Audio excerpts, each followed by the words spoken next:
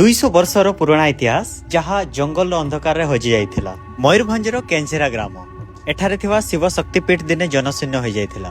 କୁହାଯାଏ ଏଠାରେ ଜଣେ ବାବା ଘୋର ତପସ୍ୟା କରିଥିଲେ, କିନ୍ତୁ 2012 ମସିହାରେ ସ୍ୱପ୍ନାଦେଶ ପାଇ ଶ୍ରୀ ମୋହନ ସୁନ୍ଦର ମହାନ୍ତ ଏବଂ ଗ୍ରାମବାସୀଙ୍କ ମିଳିତ ଉଦ୍ୟମରେ ଏଠାରେ ମାଙ୍କୁ ଆଉ ବାବାଙ୍କୁ ମୂର୍ତ୍ତି ସ୍ଥାପନା ହୋଇପାରିଲା। ମନ୍ଦିର ସମ୍ପର୍କରେ ମନ୍ଦିରର ପ୍ରତିଷ୍ଠାତା ଏବଂ ପୂଜାରୀ ତାଙ୍କ ମୁହଁରୁ ଆମେ ଏଇ ମନ୍ଦିର ସମ୍ପର୍କରେ କିଛି ଶୁଣିବା। କୌଣସି ଏକ ଆହ୍ୱାନରେ ମୋର ପାଦ ଆପେ ଆପେ ଧୀରେ ଧୀରେ ମୁଁ ଆପେ ଆପେ ହିଁ ଟାଣି ହେଇ ଆସିଲା।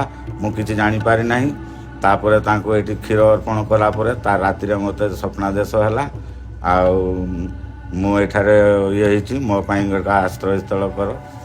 ତା ପରବର୍ତ୍ତୀ ସୋମବାରରେ ମାଆଙ୍କର ଆବିର୍ଭାବ ହେଇ ମୋତେ ସ୍ୱପ୍ନାଦେଶ ହେଇ ମୁଁ ମାଆଙ୍କର ମଧ୍ୟ ପ୍ରତିମୂର୍ତ୍ତି ସ୍ଥାପନ କରି, ଏହା ଏକ ଦୀର୍ଘ ପୁରାତନ ପୀଠ। ଏ ଦୀର୍ଘ 200 ବର୍ଷ ତଳର ପୁରୁଣା ପୀଠ। ଆକ୍ରାନ୍ତ ମାନଙ୍କ ଦ୍ୱାରା ବାରମ୍ବାର ହେଇ ଭଗ୍ନ ପୀଠରେ ହେଇ ରହିଥିଲା। ବର୍ତ୍ତମାନ ସୁଦ୍ଧା କୌଣସି ସରକାରଙ୍କର କିଛି ସାହାଯ୍ୟ ପାଇନାହିଁ। ଯଦି ଏଠାରେ ଘର ଜଳ ସଙ୍କଟ ଟିକେ ଅଛି, ଯଦି ଏହା ଦୂର ହୁଅନ୍ତା ଆହୁରି ବହୁତ ଲୋକ ଉପକୃତ ହେଇପାରନ୍ତେ।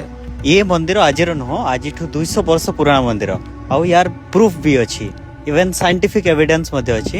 ଏ ପୀଠ ତ ଜରା ଏଟା ମନ୍ଦିର ଅବଶ୍ୟ ନୁହେଁ, ଏଟା ଗୋଟେ ପୀଠସ୍ଥଳୀଟା ଥିଲା। ତମ ବାବାଙ୍କର ପୀଠସ୍ଥଳୀ, ଏଟା ପୀଠସ୍ଥଳୀଟା ଥିଲା।